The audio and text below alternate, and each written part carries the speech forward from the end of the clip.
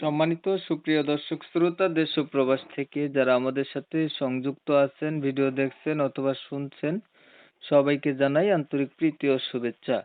বন্ধুরা, আমি কথা বলছিলাম সুইট একটি আপুর সাথে, প্রতিবেদন করবে, অডিও কলে সংযুক্ত। কেন আসলো প্রতিবেদনে বিস্তারিত ভিডিও জুড়ে থাকছে, অবশ্যই আপনারা ভিডিওটা কন্টিনিউ করলে বুঝতে পারবেন। কথা না বাড়িয়ে পরিচয় করাইতেছি। আসসালামু আলাইকুম। ওয়ালাইকুম সালাম। ভালো আছেন আপু? জি ভাইয়া, ভালো আছি, আপনাদের দোয়া। ভালো আছেন, ভালো থাকবেন, ভালো থাকাই কামনা করছি। তবে শুনতে চাচ্ছিলাম প্রতিবেদনে আসার কারণ কি ছিল, কেন আসছেন বলুন। ভাইয়া, আমি পত্রিকায় এসেছি, অনেক দুঃখে এসেছি, আমার কান্না আসতেছে। কিভাবে বলবো, আমি অত দুঃখেতে আছি ভাইয়া।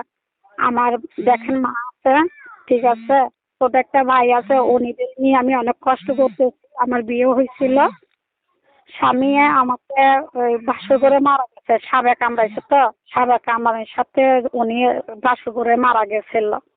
তো এখন ভাই আছে, মা আছে, ওদের নিয়ে আমি অনেক কষ্টের ভিতরে আছি। আমি চাই একটা ভালো একটা একটা জীবন সাথী, যখন আমার একটু হেল্প করতে পারে, মন থেকে যখন আমাকে ভালোবাসতে পারে, ভালোবাসে যখন আমাকে বিয়ে করে, আমি একটা জীবন সাথী চাই। আচ্ছা, আপনার স্বামী হচ্ছে বাসর ঘরে মারা গেছে? জি জি। আপনি তো ভাসুর। পুরা বেউলা রক্ষিন্দরের কাহিনী বললেন।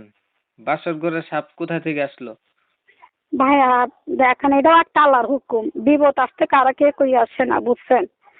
আমার বিয়ে হয়েছে বাসর ঘরে, ওই সাবে মনে করেন দমদমা ছিল, সেখান তো ওই যে মানে উপর থেকে পড়ে বসেন, উনি ঘাড়ে পড়ছিল। ওই উনির মনে করেন ওই যে হাত বারে কামড় দিয়েছিল, সাথে সাথে মারা গেছে, বুঝছেন না, বাঁচাতে পারিনি। হ্যাঁ। তারপরে আপনার আর বিয়ে হয়নি? না ভাই, আমার আর বিয়ে হয়নি। ছোট্ট একটা ভাই আছে, ওকে আমি লেখাপড়া করাইতেছি। আম্মু আছে অসুস্থ। এতদিন আম্মু আমারে মনে করো মানুষের বাসা বাড়ি কাজ করি আমার খাওয়াইছিল। তখন আমার আম্মু কিডনি একটা নষ্ট হয়ে গেছে, আমি আর চিকিৎসা করতে পারছি না, বুঝছেন। অনেক কষ্টের ভিতরে আছি, তাই ওদের আমি চালাতেছি। আমি কোন রকম একটা কারখানাতে কাজ করে 400-500 টাকা পাই, এগুলো আমার সংসারে চলে, বুঝছেন। আমি চালাই। এখন আমি অনেক অনেক কষ্টের ভিতরে আছি, বুঝছেন। আপনার বাবা নাই? না ভাই, আমার বাবা নাই। আপনার বর্তমান বয়স কত? আমার বর্তমানে বয়স এখন 18 চলতেছে। লেখাপড়া কিছু করছেন? জি ভাইয়া, লেখাপড়া করছি। কষ্ট করে আম্মু আমার লেখাপড়া করছে, আমার কোরআন শরীফ পড়াইছে। তারপরে মনে করেন বাংলাতে আমি ওই যে 6 টাকে পড়ছি। আচ্ছা, আপনার স্বামী হচ্ছে বাসর ঘরে মারা গেছে, সংসার তো আর করতে পারেন নাই? না ভাইয়া, সংসারে করতে পারেনি, আমার ভাগ্য নাই, তাই করতে পারেনি। আচ্ছা, ঠিক আছে, আপনার বিষয়টা আমি একটু ক্লিয়ার করে দিই দর্শকদের জন্য। প্রিয় দর্শক শ্রোতা, শুনছিলেন আসলে অনেকেই একটু প্রতিবেদন করি, আজকের প্রতিবেদনটা একটু ভিন্ন রকমের। এই যে কথা বলছিল, এই আপুটির চেহারা ছবি সুন্দর আছে, কিন্তু ওনার ভাগ্যে এমন একটা পরিণতি, ওনার হাজবেন্ড মানে বিয়ে হয়েছিল বাসর ঘরে, বাসর করার আগেই হচ্ছে ওনার হাজবেন্ডের গায়ে নাকি সাপ পড়ছিল, ওই সাপে কামড় দিয়ে ওনার মাইরা লাগছে, এই হচ্ছে ওনার কথা।